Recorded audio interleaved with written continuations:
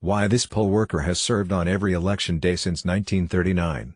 The first time, the very first time, Laura Wooten was a little afraid. It was 1939, Wooten was just 18 years old in her hometown of Princeton, New Jersey, was, as she describes it, very much a. Even the black doctor who lived around the corner from her family was not allowed to treat his own patients when they were admitted to Princeton Hospital. But there she stood, near the entry to the colored YMCA, with a list of registered voters in that precinct, a badge that identified her as a challenger and a pencil to mark off names. In Princeton, black people did not challenge white people in public without penalty, and young black people were expected to show deference and respect at all times. Wooten, so young at the time, had been born the year after American women gained the right to vote.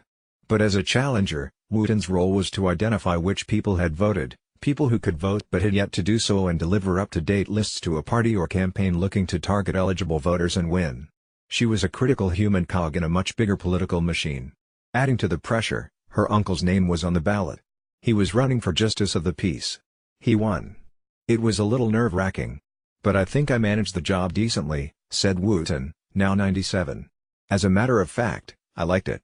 I liked being that close to this thing called democracy, watching all kinds of people come in, express themselves, and every one of them have just as much say about the way that things ought to be as the other.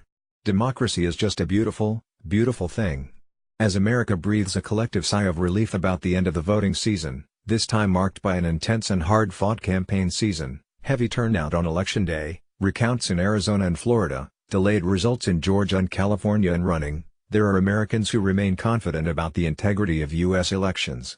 Some, like Wooten, aren't people who contact voters, craft campaign ads, or gather pre-election opinions. They don't tend to revel in the horse race, manipulation, scandals, or games. Many are our senior citizens long involved in the logistics and details of elections. They are the people who make the essence of American democracy work. Wooten, who is believed to be the nation's longest continuously serving election worker, has helped out at polling places or some other aspect of election administration for the last 79 years. She's been recognized by New Jersey's governor, the state's League of Women Voters, and her employer Princeton University for her election service. I've seen a lot. You know that elections matter. Voting matters. When you are a 97-year-old black woman, this is a topic where you have a lot to say. You've seen a lot.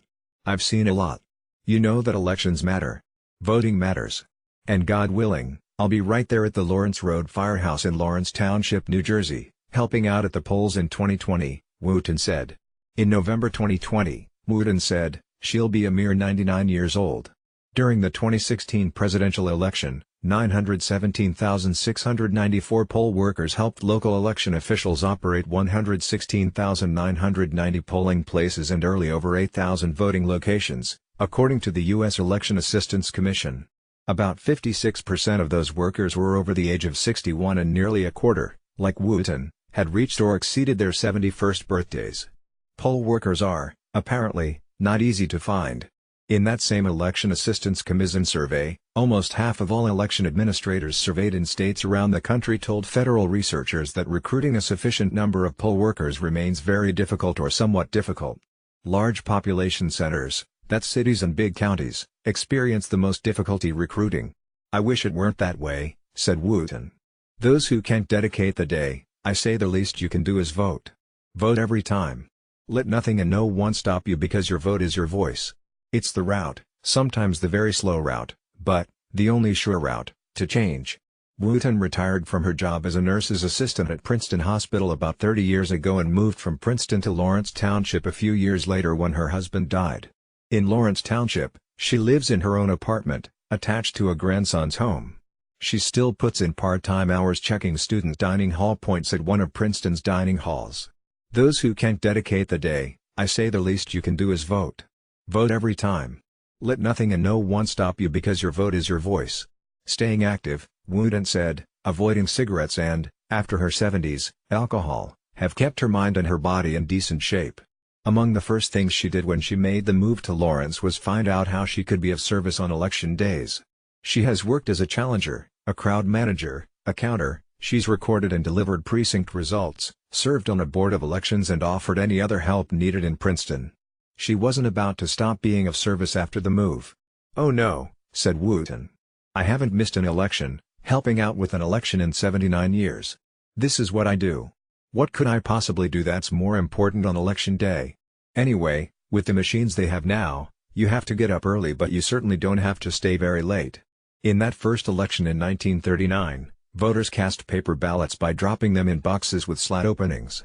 After the polls closed, Wooten and others worked to count votes by hand.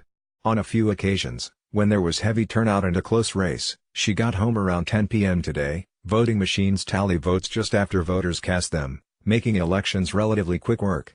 She was home before 8:30 p.m. on election day this year, she said. For all of Wooten's idealism about voting, the ease and importance of helping others vote, she has heard and processed the critiques lobbed at election site workers this week. All the time simply by slipping outside of polling places and changing their clothing. But Wooten is so serious about nonpartisanship in election administration that when asked about post-midterms events, she would not mention Trump by name. I've heard a certain person say that people can change their shirt, come in and vote twice, said Wooten. I can only say this, not on my watch, not in my 79 years at the polls. We have time to take a good look. I've never seen such a thing even tried. New Jersey, where Wooten lives, is one of 10 states that rely on touchscreen voting machines and where machines generate no paper record that voters can verify. Paper records can also form the basis of a hand recount. Election experts consider voting machines which do not generate a paper record less than ideal because election machines or systems can be hacked. In August, the U.S. Election Assistance Commission announced that it would. The state's legislature also approved plans to use electronic voting devices that do generate a paper record of voter choices but also tabulate votes mechanically. I have seen a lot of change, a lot of technology, you know, Wooten said. When she was a girl, the most common mode of transport in Princeton was horse and buggy. But I mastered it. So, if I'm here, I'll be there, helping out. Our democracy needs its little helpers. Janelle Ross is a reporter for NBC Blocks who writes about race, politics and social issues.